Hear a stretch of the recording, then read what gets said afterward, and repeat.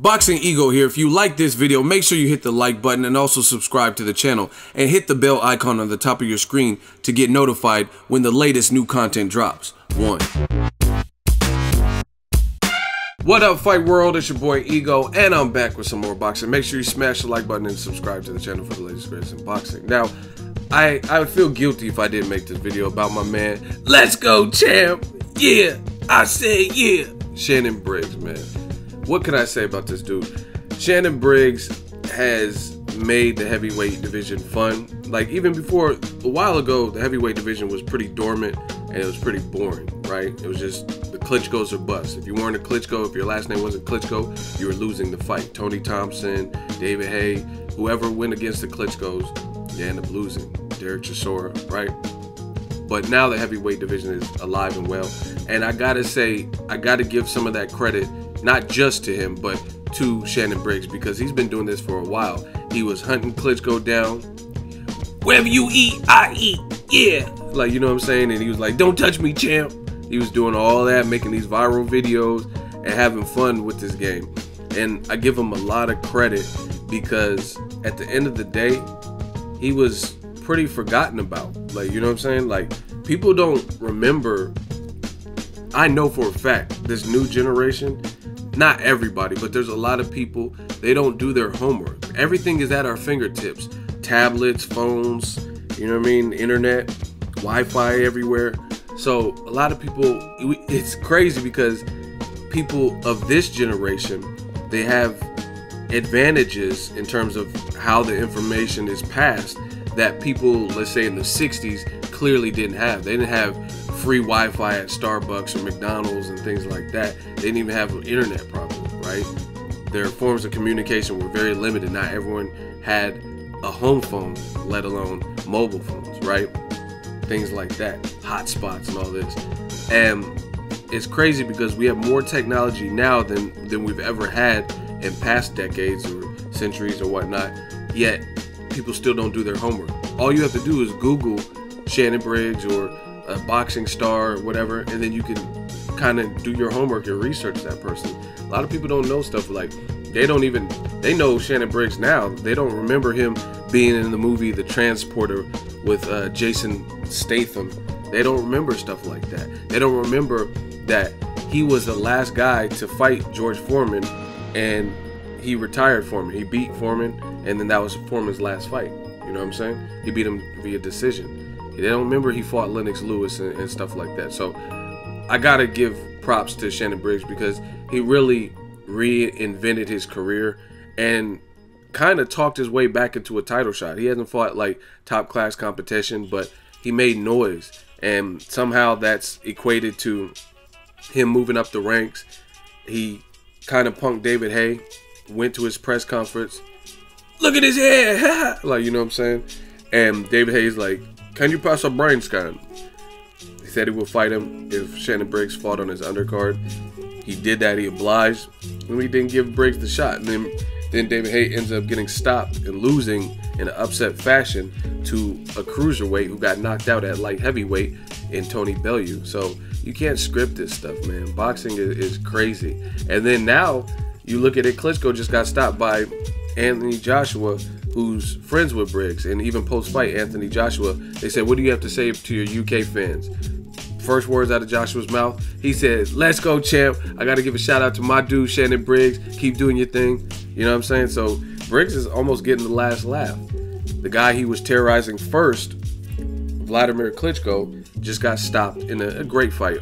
You know what I mean? There's no real loser, so to speak, but he got stopped. David Haye stiffed him of an opportunity to fight, even though he said, fight on my undercard, pass the medicals, pass the brain scan, I'll fight you. And then David Haye pretty much lied about that, and he opted to fight a cruiserweight champion, Tony Bellew, and then he gets stopped by that cruiserweight. So, and Briggs is now going on to a title shot against a guy he definitely has a chance to beat in Fresh Sequendo. So I had to do that little diatribe and preamble because I respect hustles. I'm gonna tell you guys time and time again.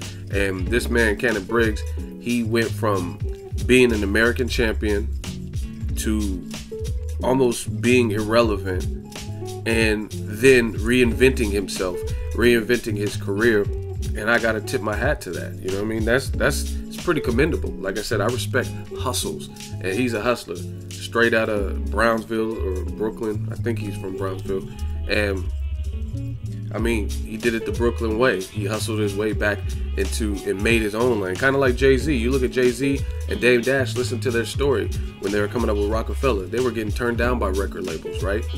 And they did it the New York, the Brooklyn, the Harlem way.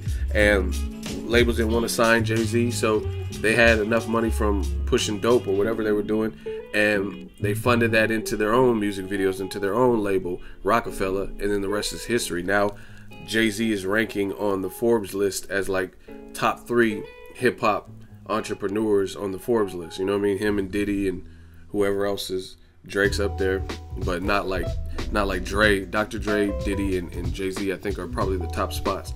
So I respect people like that come from nothing, come from the mud, and grind their way up to do something and reinvent themselves. Even here's another one, because I you guys know I love my music, so not that I'm a huge fan, but I respect it.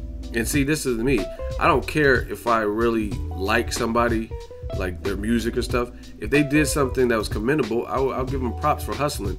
And another one that kind of reminds me of the same experience is 2 Chainz. And some people, what do you mean, Ego? What do you mean 2 Chainz? What does he have to do with Shannon Briggs, man? You know what I mean? Let me explain. Now, 2 Chainz, a lot of y'all don't know this because you ain't been in the hip hop movement. You just like this mumble rap shit. I be with the dope with the bushes, Percocet, dope Percocet. I be with the bushes, the molly, like, no. But if you follow the music scene, Ludacris had a label, Disturbing the Peace, and 2 Chainz was signed to that label. And 2 Chainz had a former name. His name was Titty Boy. I don't know why that was his name. I think that's weird for a name for a rapper, but that was his name. When he was with Ludacris, man, go in the cupboard and give me some fruit snacks. Go see my new movie, Fast 7. Yeah. They untouchable aunt spitting venom out the body with the dopest flow, and wonder why the lines around the corner because the little motherfucker had the dopest shows. Sorry, I had to do a little Luda. You know, I just do the random impersonations. But anyway, the bottom line is 2 Chainz was formerly known as Titty Boy, signed to Luda, and he wasn't really making no noise. He was on songs and featured on Ludacris songs and stuff like that. But Ludacris was the bigger star. Even when Ludacris came out, I think he signed Chingy or whatever, or found him or gave him opportunity and stuff like that. Chingy was a bigger star, so nobody was really talking about Titty Boy. For whatever reason, Titty Boy switched his name, and he got on and popping, and he started making more noise than when he was previously out. And I think that kind of it's parallel to Shannon Briggs. Shannon Briggs had a name for himself, probably more than Titty Boy, but he kind of disappeared over the years, and then he came back with a vengeance. And now people, you know, go follow his social medias and stuff. He has a good following. He's getting celebrated. He went to the UK. Obviously, he has enough money to travel to all these places to hunt down Klitschko and all this stuff. I respect it, man. Now, he's fighting for a title, a WBA heavyweight title. And Chris Bird said he'll knock out Anthony Joshua. And before some of you guys say crazy stuff, he has a shot. He has a shot to do it. Now, they're friends. I don't know if they would ever fight. But just so you guys know, and again, this comes back to the researching and knowing the sport of boxing, Shannon Briggs has the most first-round knockouts ever of any heavyweight, even Mike Tyson. People forget about stuff like that, right? But anyway, he's fighting in Florida. It's called the Backyard Brawl. Shannon Briggs versus Fresh Oquendo at the Hard Rock Live Seminole Hard Rock Hotel and Casino in Hollywood, Florida, June 3rd. So I'm definitely going to check it out. It's a title shot. It's a title fight. And he'll have a version of the WBA. Now I want to talk about what Shannon Briggs said. He was doing the press tour and press conference, or not press tour, but press conference. And Briggs said, "This has been a long journey. 5 years ago, I was depressed and out of the boxing game. But then my daughter was born. I took a stand. I said that I'm going to do this for her. Everyone doubted me. When I met with Chris Lawrence, he listened to me for hours on a Monday. And then on Friday, he called me and said, 'Let's go, champ.' That was the beginning of the comeback. I lost 145 pounds. And I went around the world meeting people and trying to inspire them. but they were inspiring me too. It's a huge motivation to me to see these people and get the response from people who say that I was able to inspire them. So I like Cannon, man. Like, win, lose, or draw, I like what he's been able to do and accomplish. And he did lose 145 pounds. He was huge. I don't know if you guys remember. Maybe I can try to slap some pictures in this video, but he was pretty big. He, like, after the transporter and stuff, because when he lost to Klitschko, I don't know if he slapped Klitschko. I think he was trash talking Klitschko, and then he ended up getting hospitalized after fighting not Vladimir, but fighting Vitaly, the better Klitschko in my opinion. And he got hospitalized, and he said people turned on him. People just abandoned him, and that's what happens. Broner loses to Chino Maidana, and certain fighters take a loss, and you see who your real friends are. So he got depressed. I think he might have said he was drinking or whatever, and he fell into a depression.